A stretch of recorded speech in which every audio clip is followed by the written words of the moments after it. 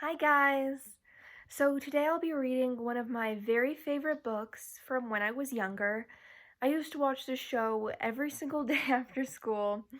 So I'm really glad that I'll be able to share it with you today.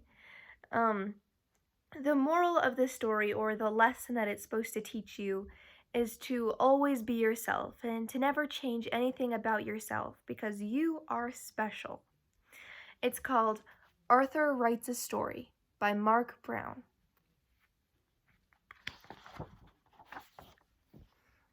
Arthur's teacher, Mr. Rapburn, explained the homework. "What should the story be about?" asked Arthur. Well, anything, said Mr. Rapburn. Write about something that's important to you.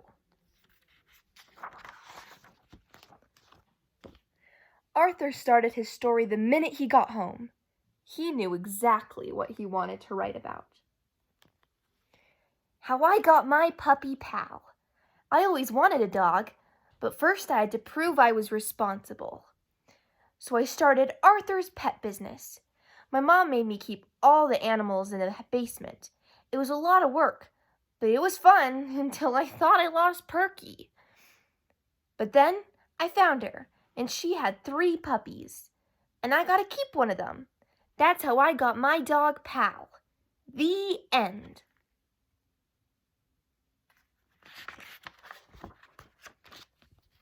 Arthur read his story to D.W.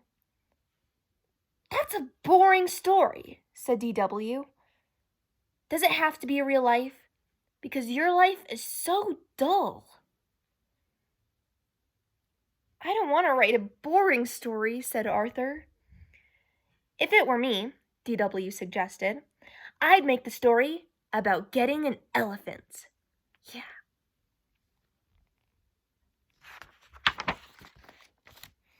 The next day, Arthur read his new story to Buster. "Did you like the part about the elephant puppies?" he asked. "Well, it's okay, I guess," said Buster. "I'm writing a cool story about outer space." "Maybe my story should take place on the moon," thought Arthur.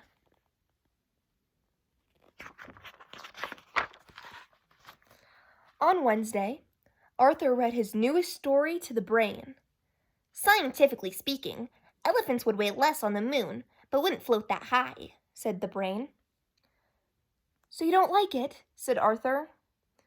"A good story should be well researched," said the Brain, "like mine, if I had a pet stegosaurus in the Jurassic period." Arthur hurried to the library. "What are all those books for?" asked Francine. "Research," said Arthur. "I'm writing about my pet 5-toed mammal of the genus Loxodonta." "Your what?" said Francine. "My elephant," Arthur explained. "Oh," said Francine. "I'm putting jokes in my story." All through dinner, Arthur worried about his story.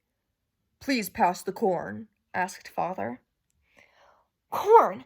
That's it," said Arthur. "Purple corn and blue elephants on planet Schmelephant. Now that's funny." "Arthur's acting weirder than usual," said D.W. On Thursday, everyone at the Sugar Bowl was talking about their stories. "Last year a kid wrote a country western song for her story," said Prunella, "and she got an A+. "How do you know?" asked Arthur. "That kid was me," explained Prunella. "Mr. Rapburn said I should send it to a record company. It was that good." "Wow," said Arthur. That night, Arthur's imagination went wild. He decided to turn his story into a song. He even made up a dance to go with it.